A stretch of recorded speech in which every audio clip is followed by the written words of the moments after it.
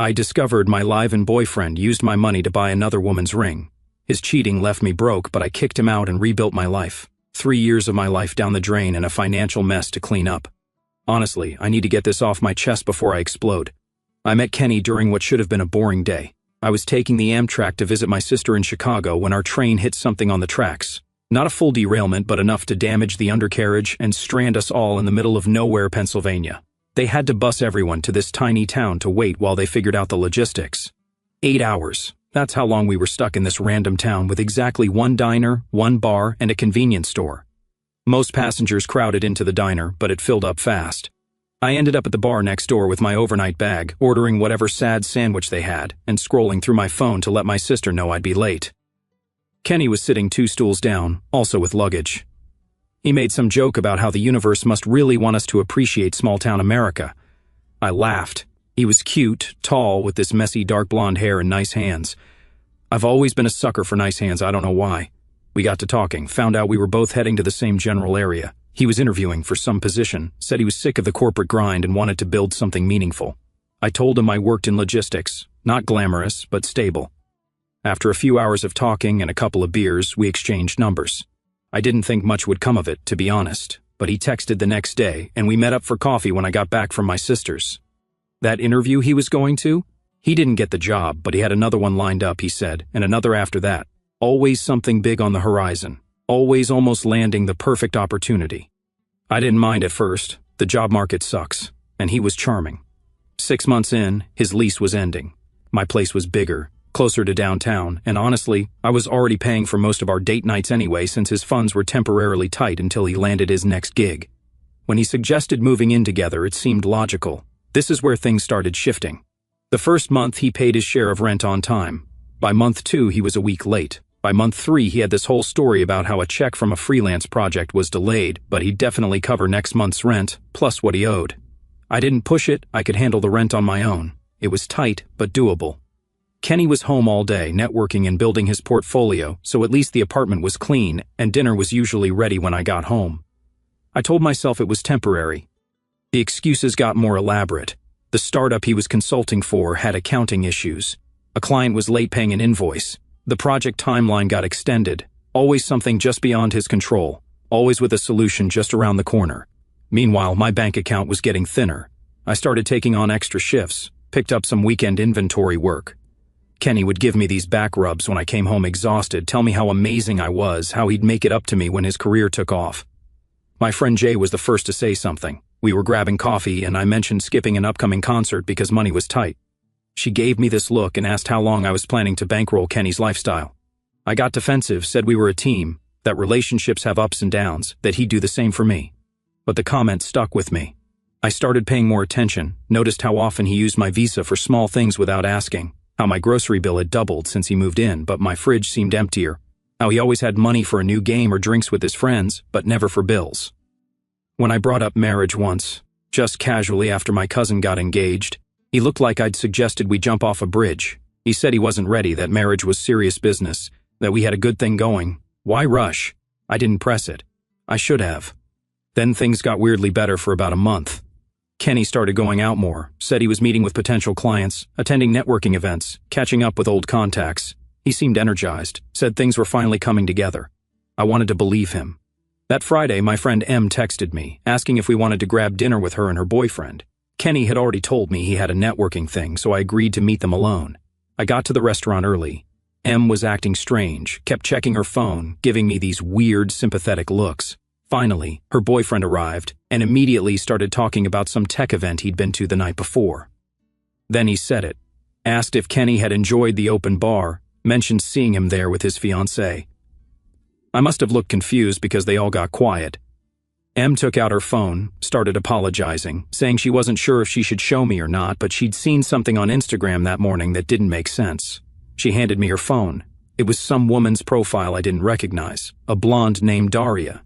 Her most recent post was from the night before, string lights, champagne glasses, and her hand with a diamond ring. Caption, I said, yes. Can't believe I get to marry my soulmate. I scrolled through her profile, posts of them going back at least a month, captions about my man and date night with the love of my life. In one, they were at the beach from 2 weekends before. when Kenny had told me he was visiting his parents upstate. I excused myself from dinner, told M&R I'd call them later. I went straight home and checked our shared credit card account on my phone. I found charges for restaurants I'd never been to.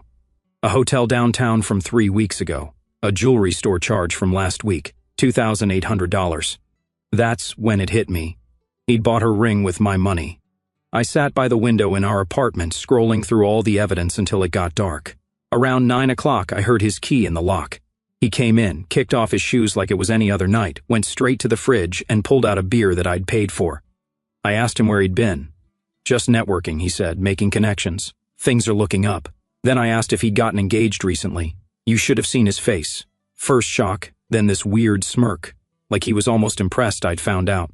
When I asked if he'd proposed to that blonde girl from the photos, he just shrugged, said something like, "Look, can we not do this now? I don't owe you anything." I was shaking. "You spent my money, lived with me, and proposed to someone else," I screamed at him, loud enough that I'm sure the neighbors heard. That's when he said it, the thing I can't get out of my head. He rolled his eyes, took a swig of beer, and said, "Come on, you really thought I'd give you a ring? You're the kind of girl men settle for when they fail." I didn't fail. I don't remember consciously deciding to hit him, but suddenly my fist connected with his chest hard. He stumbled back, spilling beer on his shirt. Before he could recover, I slapped him across the face, leaving a red mark on his cheek. I told him to get out, to pack his stuff and leave. He tried to argue, said I was overreacting. I grabbed his backpack from the hook by the door and started shoving whatever I could reach into it. His charger from the counter, some t-shirts from the clean laundry pile. Threw it at him and told him if he wasn't gone in 5 minutes, I'd call his new fiancée and tell her everything. That got him moving. He grabbed some essentials, mumbling about coming back for the rest later. I told him to coordinate with the landlord because I wouldn't be letting him in again. He slammed the door on his way out.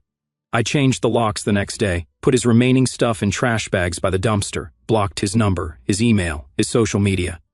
But the nightmare wasn't over. When I checked my accounts more carefully, I realized how bad the damage was. Over $2,700 charged to my cards in just the last 2 months.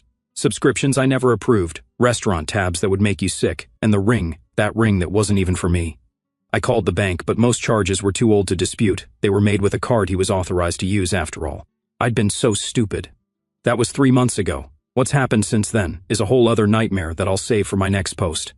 First update, first of all, thank you for all the comments and messages on my last post. I honestly didn't expect so many people to care about my train wreck of a life, but here we are. A lot of you asked what happened after I kicked Kenny out, so grab your popcorn because this is where everything really went south. The night after I threw Kenny out, I couldn't sleep. I kept checking the door, even though I'd deadbolted it. Around 3 in the morning, I got a string of texts from him that ranged from angry, "How dare I embarrass him by putting his stuff outside?" to manipulative, "We need to talk about this like adults," to pathetic, "I have nowhere to go." I didn't respond to any of them. The next morning, I called in sick to work. I needed a day to process and figure out exactly how screwed I was financially.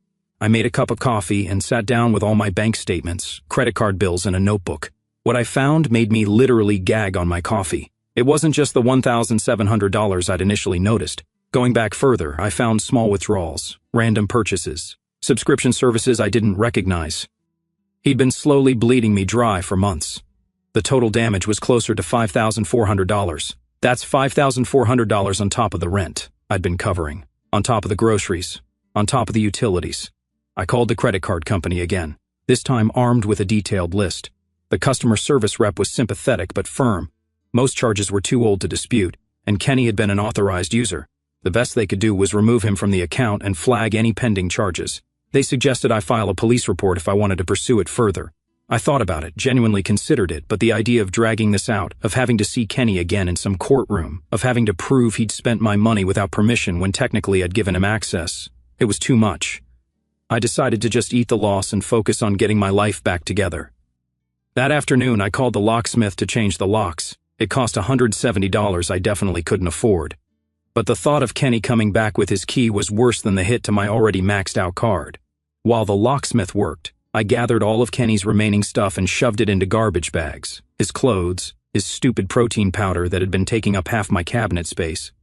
I texted him once, telling him his things would be by the dumpster for 24 hours, and after that, they were going to Goodwill. He showed up when I was dragging the last bag out, perfect timing as always. He looked unshaven, wearing the same clothes from the night before. I wondered briefly where he'd slept, then reminded myself it wasn't my problem anymore. He tried to talk to me, saying there were things I didn't understand, that Daria wasn't what I thought, that he'd been planning to break it off with her. I just kept walking past him with the bags. When he grabbed my arm to stop me, I yanked away so hard I scraped my elbow on the brick wall. I told him if he touched me again, I'd call the cops. That shut him up, but I could feel him watching me as I went back inside.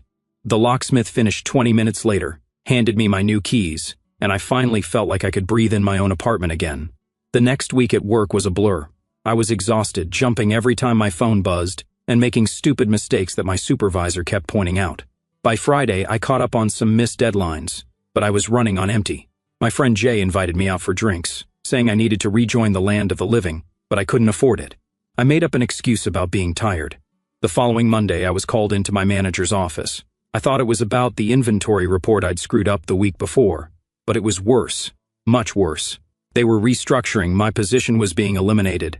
They gave me 2 weeks' notice and an insulting severance package that wouldn't even cover next month's rent. I didn't cry in the office. I nodded, signed the papers, and walked back to my desk like everything was normal. Then I locked myself in the bathroom stall and had a silent panic attack for 20 minutes. That night, I called my mom. We're not super close. She lives in Florida with her second husband, and we talk maybe once a month, but I needed to hear a parent tell me things would be okay. She was sympathetic but not exactly helpful, said I should never have let Kenny move in without putting a ring on it first, asked if I'd considered moving back home until I got back on my feet. Moving back to Florida to sleep on my mom's pull-out couch and listen to my stepdad's political rants? Hard pass. I spent my 2 weeks' notice applying for every job I could find, sent out 73 applications, got 6 responses, all requesting second-round interviews that never materialized. The rejection emails started filling my inbox by the day I cleaned out my desk. The first week of unemployment, I still had a routine. Wake up, apply for jobs, make a cheap lunch, apply for more jobs, go for a walk to save on heating, make dinner, watch something on YouTube, sleep, repeat. By week 2, my bank account was down to 3 digits. I canceled Netflix, started taking shorter showers, ate ramen and eggs for most meals. I called the electric company to work out a payment plan, called my landlord, and promised the rent would be a few days late. He wasn't happy but said he'd wait until the 15th before charging a late fee. The 15th came and went. I sold my nice watch on eBay, sold some clothes on Poshmark, listed my TV on Facebook Marketplace, but got only lowball offers. Then my phone buzzed with a text from a number I didn't recognize. It was Kenny. He'd gotten a new phone or was using someone else's, said he needed to talk to me, that Daria had found out about us and broken things off, that he was sorry and wanted to explain. I blocked that number too. But it rattled me, not because I cared about his problems, but because it reminded me how spectacularly I'd failed at judging character. I'd let this man into my life, into my home, given him access to my finances, and he'd seen me as nothing more than a convenience, a backup plan. Someone to use by the end of the month. I was desperate. My landlord had started leaving voicemail messages about the rent. My electricity had been shut off for 48 hours before I scraped together enough to pay the minimum to get it turned back on. I'd eaten nothing but plain rice for 3 days straight because it was all I had left. I finally swallowed my pride and applied for temporary assistance. The process was humiliating, filling out forms detailing every aspect of my financial life, waiting for hours in an overcrowded government office, being told I made too much at my previous job to qualify for immediate help. They gave me a list of food banks instead. The next day, I went to one, stood in line with my ID and proof of address, accepted a box of canned goods and nearly expired bread with a smile that felt like it might crack my face. I carried it home on the bus, feeling like everyone was staring at me, even though nobody cared. That night, I got an email from a small warehouse that needed temporary help during their busy season. The pay was less than half what I'd been making, but it was something. I replied immediately, had a phone interview the next morning, and started the following Monday. The work was physically brutal. 8 to 10 hours on my feet, lifting boxes, scanning inventory, working in either freezing cold or stifling heat, depending on which section of the warehouse I was assigned to. My hands developed calluses, my back ached constantly, and I came home too tired to even think about applying for better jobs. But I made enough to pay part of the rent, still not all of it, but my landlord agreed to another extension as long as I paid the late fees. Then one evening I came home to find an eviction notice taped to my door. Apparently my partial payments weren't cutting it anymore. I had 30 days to pay in full or vacate the premises. I sat on my kitchen floor and just stared at the paper, too numb to even cry. That's when my neighbor knocked. She'd seen the notice and heard me come in, asked if I was okay. I wasn't, obviously, but I lied and said I was fine. She hesitated, then asked if I was looking for a roommate. Her cousin Rosalie needed a place to stay for a few months, while she saved up for her own apartment. If we split the rent 3 ways, it might work out for everyone. I'd never spoken more than 10 words to this neighbor before, but in that moment, she might as well have been an angel. I said yes immediately. Rosalie moved in 2 days later. She was quiet, paid her share up front in cash, and didn't ask questions about why I sometimes ate nothing but rice for dinner. We weren't friends exactly, but we coexisted peacefully in the increasingly depressing apartment. With Rosalie's contribution, I managed to pay off enough of the back rent to stop the eviction process. I was still drowning in credit card debt, still working a job that paid barely above minimum wage, still eating like a college student during finals week. But I wasn't homeless, and that counted for something. Then one day, about 3 months after I had kicked Kenny out, I was rushing to catch the bus to work when I collided with someone on the sidewalk. I stumbled back, mumbling an apology without looking up. Then I heard my name. It was Kenny, standing there like he'd been waiting for me. He was wearing a fast food uniform, the kind with the hideous polo shirt and visor. I tried to walk around him, but he stepped in my way, said he'd been trying to reach me, that he needed to talk to me, that he'd made a huge mistake. I noticed his phone was an ancient model, not the latest iPhone he'd always had before. Karma's a jerk, I guess. I told him I was late for work and pushed past him. He called after me, saying he'd come back, that he'd make things right. I didn't look back, just ran for the bus and made it just as the doors were closing. That night, I couldn't sleep, not because I missed him or wanted him back, but because I was afraid he'd figured out where I lived, that he'd show up again. I wedged a chair under my bedroom doorknob, even though I knew it was paranoid. The next morning, there was a letter in my mailbox. No stamp, just my name scrawled across the front. I recognized Kenny's handwriting immediately. I didn't open it, just tore it up and dropped the pieces into different trash cans on my way to the bus stop, but I knew he wouldn't give up that easily. And I was right. Second update, thank you for all the supportive comments. Reading them during my bus rides to work has been one of the few bright spots lately. Some of you have asked for more details about what happened after Kenny started showing up again, so here goes nothing. After I tore up Kenny's letter, I thought maybe he'd get the hint. He didn't. For the next 2 weeks, I'd spot him randomly, across the street from my apartment building, at the bus stop near work, once even at the laundromat where I'd started going because our building's machines were too expensive. He never approached me directly, just watched. Sometimes he'd wave or try to catch my eye. I'd pretend not to see him and walk faster. My temporary warehouse job turned into a nightmare pretty quickly. The managers kept extending shifts with 0 notice, so I'd come in expecting to work 8 hours and end up staying for 12. My feet were constantly swollen, and I developed this sharp pain in my lower back that never really went away. But I couldn't afford to quit, so I just took whatever ibuprofen I could find in the apartment and kept going. Rosalie noticed. One night, I came home and literally couldn't stand up straight. She was making some kind of soup and offered me a bowl. It was the first actual homemade food I'd had in weeks that wasn't plain rice or ramen. We sat at the kitchen table, and for the first time, we actually talked. Turns out Rosalie had her own Kenny story. Different name, same nonsense. It was weirdly comforting knowing I wasn't the only idiot who'd trusted the wrong person. We started having dinner together when our schedules aligned. Just whatever we could cobble together from our sad pantry and the discount section at the grocery store, but it helped. Then one morning in late November, I woke up feeling like someone had hit me with a truck. My throat was on fire, my head was pounding, and I could barely get out of bed. I called work, croaking through an explanation. My supervisor sighed heavily and reminded me that temp workers don't get sick days. If I didn't come in, I might not have a position when I felt better.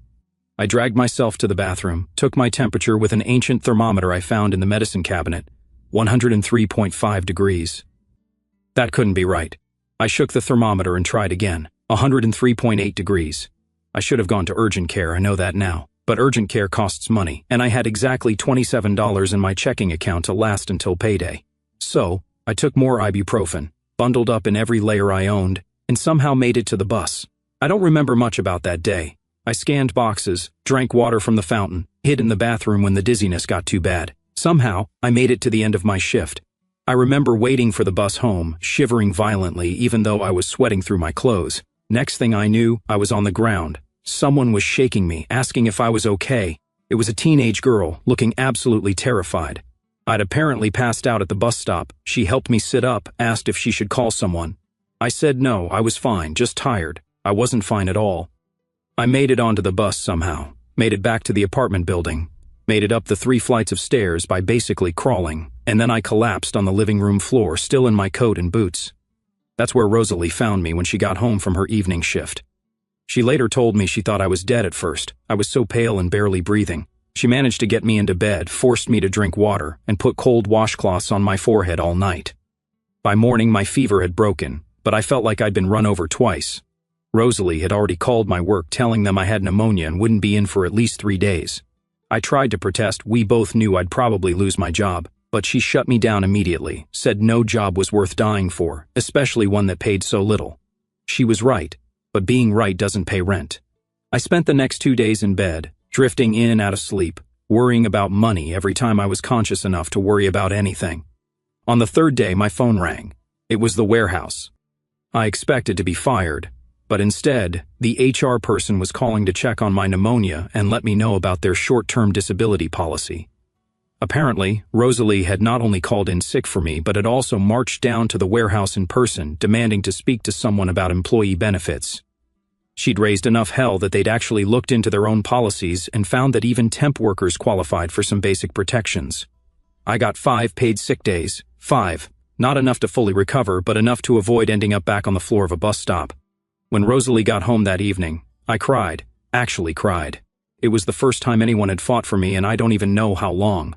When I went back to work, things were different. My supervisor kept giving me the side eye, probably waiting for me to collapse again. But my coworkers, people I'd barely spoken to before, kept checking on me, making sure I took breaks, offering to help with the heavier loads.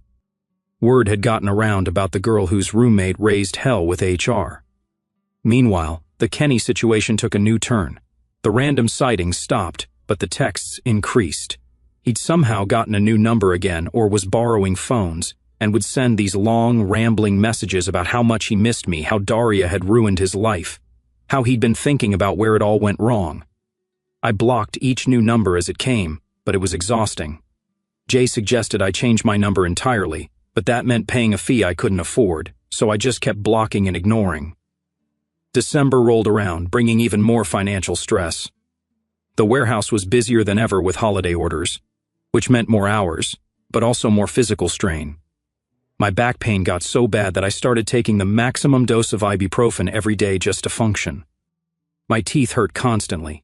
A molar had been bothering me for months, but dental care might as well have been a luxury vacation to the Maldives for all I could afford it.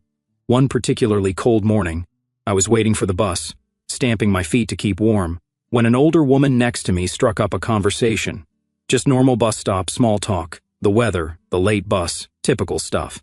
Then she mentioned she worked at a medical office down the street.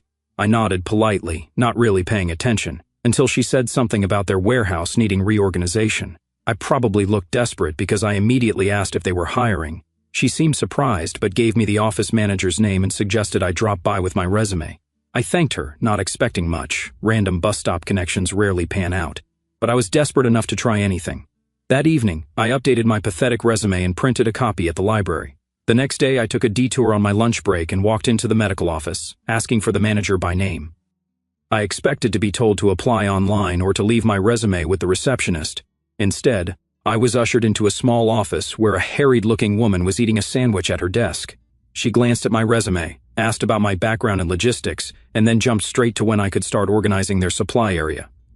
It wasn't a full-time position, just 20 hours a week to start, handling medical supply inventory and deliveries, but it paid $3 more per hour than the warehouse. The hours were flexible, and it involved actual skills instead of just physical labor. I accepted on the spot. For the next few weeks, I worked both jobs, mornings at the medical office, evenings at the warehouse. It was brutal, but for the first time in months, I could actually pay my bills on time. I'd come home exhausted, eat whatever Rosalie had made. She'd taken to cooking for both of us when she realized how much my health had deteriorated, and collapse into bed. By mid-January, I'd saved enough to quit the warehouse job. My last day, I felt nothing but relief as I turned in my badge. My supervisor seemed genuinely surprised. I think they'd expected me to just keep tolerating the terrible conditions indefinitely. One of my coworkers gave me an awkward side hug and said she was happy I'd escaped. The medical office job wasn't glamorous, but it was steady. The office manager kept finding more hours for me as I proved myself reliable. By February, I was working 35 hours a week and had even been given a small desk in the back where I could track inventory on an ancient desktop computer. With regular paychecks coming in, I started tackling the mountain of debt Kenny had left me with. $20 here, $50 there. It wasn't much, but watching the balances slowly decrease gave me a sense of control I hadn't felt in months. Rosalie and I settled into a comfortable routine. We weren't best friends or anything, but there was a mutual respect and understanding between us. She'd started dating someone new, a quiet guy, and sometimes he'd join us for dinner. It was nice to have someone else in the apartment who wasn't Kenny-shaped. Things were looking up, slowly. My back still hurt, my tooth still throbbed occasionally, but I was making it one step at a time. Then came Valentine's Day. I'd been deliberately ignoring all the heart-shaped decorations in stores, the romantic commercials, the couples planning special evenings. Rosalie and her boyfriend were going out, so I had the apartment to myself. I'd planned a thrilling evening of frozen pizza and whatever was new on YouTube. I was halfway through my sad pizza when someone knocked on the door. Not a normal knock, a persistent, almost desperate pounding. I froze, pizza slice halfway to my mouth. It had to be Kenny, no one else would be that dramatic. I tiptoed to the door and looked through the peephole. Sure enough, there he was, holding what looked like flowers in a small box. I backed away from the door, hoping he'd think no one was home. He knocked again, then called my name, said he knew I was in there, that he'd seen the light under the door, that he just wanted to talk, to explain, to make things right. I remained silent, my heart hammering in my chest. After what felt like forever, I heard him sigh, something hit the floor outside, the flowers, I assume, and then footsteps walking away. When I was sure he was gone, I cracked the door open. There was a bouquet of grocery store roses on the floor, along with a small velvet box and a card. I should have just kicked it all back into the hallway and closed the door, but curiosity got the better of me. I picked up the box first. Inside was a ring, not an engagement ring, but a simple silver band with a tiny stone that might have been a diamond but was probably cubic zirconia. The card said, "I know I can't undo what I did, but I want to start making it right. This is the ring I should have given you instead of her. I've changed. Please call me." I stood there in the doorway, looking at this pathetic attempt at redemption, and felt nothing. Not anger, not sadness, not even disgust, just emptiness. This man had wrecked my life and thought a cheap ring would fix it. I dropped the ring and card into the trash can by the elevator, left the flowers for anyone who might want them, went back to my apartment, locked the door, and finished my now cold pizza. The next morning, I woke up to a text from an unknown number, Kenny again, asking if I'd gotten his gift. I didn't block this one. Instead, I replied with 2 words, "Move on." Then I blocked that number too. February turned to March. The medical office continued to give me more responsibilities and hours. I paid off one of my smaller credit cards entirely. Rosalie and I repainted the living room on a Sunday afternoon, covering the dingy beige with a soft gray that made the whole apartment feel cleaner somehow. My mom called, surprised that I sounded more like myself. She even offered to help with my dental work if I'd come visit for a weekend. I was still hesitant. My stepdad and I had never gotten along, but the idea of finally addressing my aching tooth was tempting. And Kenny? He finally seemed to get the message. The texts stopped, the random appearances stopped. I occasionally checked Daria's Instagram and saw she'd moved on with someone new. Kenny's account had been dormant for months. I was rebuilding, slowly, painfully, but steadily, not back to where I was before. I don't think I'll ever be that person again, but somewhere new, somewhere stronger, if more cautious. Final update: life went on. My hours at the medical office increased to full-time with actual benefits. I finally got that aching tooth fixed during a weekend visit to my mom's. Rosalie and I renewed the lease on the apartment, even though she was spending most nights at her boyfriend's place by then. My credit score inched up. I started putting a little money aside each month for emergencies. I even went on a date or 2, though nothing serious. Trust doesn't come back easily once it's been shattered. Then last month I got a text from Jay. She'd bumped into Kenny at a coffee shop, said he'd asked about me, but in a respectful way mentioned he was moving to Pittsburgh for a fresh start. I thanked her for the info but didn't think much of it. Kenny moving away seemed like the best outcome for everyone, which is why I was completely thrown when I opened my apartment last week and found him standing there, holding a small gift bag. My first instinct was to slam the door in his face, but he looked so different, clean-cut, healthier, wearing clothes that actually fit. He held up his hands immediately like he could sense my panic and said he wasn't staying, that he was on his way out of town and just wanted to drop something off. I reluctantly took the bag. Inside was a small box and an envelope. The envelope contained $1,500. The box contained a ring. The ring, the one he'd bought for Daria with my money, the one I'd seen in that Instagram post that started this whole nightmare. He explained that when Daria left him, she'd thrown the ring at him. He'd kept it, initially planning to pawn it, but never got around to it. He wasn't giving it to me as some weird romantic gesture. He was returning something that was technically mine since I'd paid for it, and he wanted me to decide what to do with it. Keep it, sell it, throw it in the river. Kenny said he had a job lined up in Pittsburgh, that he'd continue sending payments until he'd repaid everything he owed me, that he was genuinely sorry for everything, especially for the cruel things he'd said when I confronted him about Daria, that I deserved so much better, and he hoped I'd found it or would find it soon. Then he left, just a simple wave, and he was gone. I took the ring to a jeweler the next day. It wasn't worth nearly what Kenny had paid for it. The stone was smaller than it appeared in photos, and the setting was mass-produced. I got just under $1,000 for it, which went straight into my savings account. So, that's it. That's the end of the Kenny saga. I'm doing okay now. The medical office gave me a small raise last month. Rosalie did move in with her boyfriend, but I found a new roommate through a colleague, a quiet grad student who pays on time and doesn't steal my food from the fridge. My back still acts up sometimes on rainy days, a souvenir from my warehouse days. My credit score is still recovering. I still occasionally catch myself checking the locks twice before bed, but I'm building something new, something stable. I don't know if Kenny will actually stick with his new path. People can change, but it's rare and usually happens in small, incremental ways rather than dramatic transformations. Maybe he'll follow through on repaying me. Maybe he won't. I've learned not to build my plans around other people's promises. Thank you all for the support through this mess. Your comments helped more than you know on days when I felt completely alone. I probably won't update again. This chapter is finally closed, but I'm grateful for the virtual shoulders to lean on when I needed them.